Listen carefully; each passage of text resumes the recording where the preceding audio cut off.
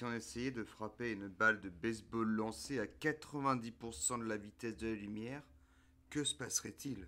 Beaucoup de choses. Ce qui est sûr, c'est que tout se passerait très rapidement et que ça finirait mal pour le frappeur et pour le lanceur, bien évidemment. La balle irait si vite que tout le reste semblerait quasiment stationnaire. Même les molécules de l'air seraient immobiles.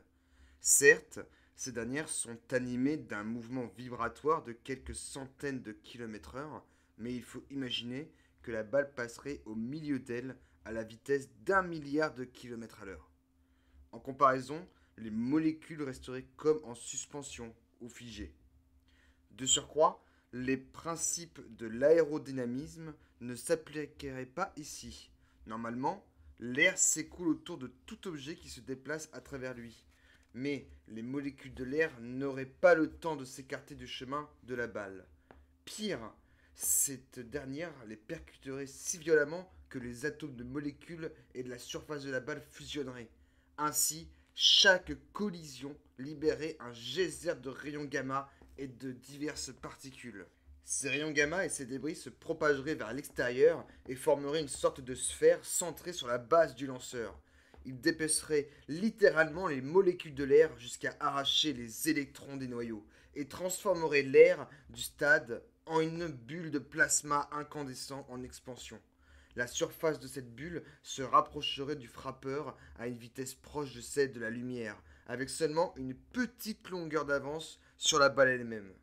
La fusion continue sur le devant de la balle exercerait un effet de freinage, comme si cette dernière était une fusée volant la queue la première, moteur en marche. Malheureusement, la balle filerait à une telle allure que même la force gigantesque engendrée par cette réaction thermonucléaire la ralentirait à peine. Elle commencerait toutefois à attaquer la surface de la balle et à en projeter de minuscules fragments dans tous les sens. Ces fragments voleraient si vite qu'en heurtant les molécules de l'air, ils déclencheraient 2 ou 3 nouveaux cycles de fusion. Après environ 70 nanosecondes, la balle arriverait au marbre du frappeur qui n'aurait pas vu le lanceur la lâcher, puisque la lumière, porteuse de l'information, l'atteindrait à peu près en même temps que la balle. Les collisions avec l'air auraient presque complètement rongé le projectile qui ne serait plus qu'un nuage de plasma en expansion, en forme de balle de revolver, fendant l'air et provoquant au passage de nouvelles fusions. Le flux de rayons X percuterait le frappeur le premier, seconde avant la nuée de débris. En arrivant au frappeur, le cœur de la nuée se déplacerait encore à une fraction appréciable de la vitesse de la lumière. Il atteindrait d'abord la batte, puis le frappeur, la base et l'attrapeur seraient tour à tour touchés et projetés, désintégrés vers l'arrière, à travers le filet d'arrêt.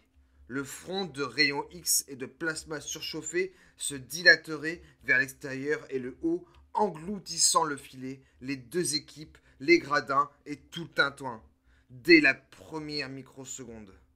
À supposer que vous assistiez à la scène du haut d'une colline en dehors de la ville, vous verriez d'abord une lumière aveuglante, bien plus brillante que le soleil. Cette lumière faiblirait progressivement en quelques secondes, et une boule de feu en expansion s'élèverait pour former un véritable champignon. Puis, dans un incroyable rugissement, la vague de chaleur déferlerait, arrachant les arbres et mettant les maisons en pièces.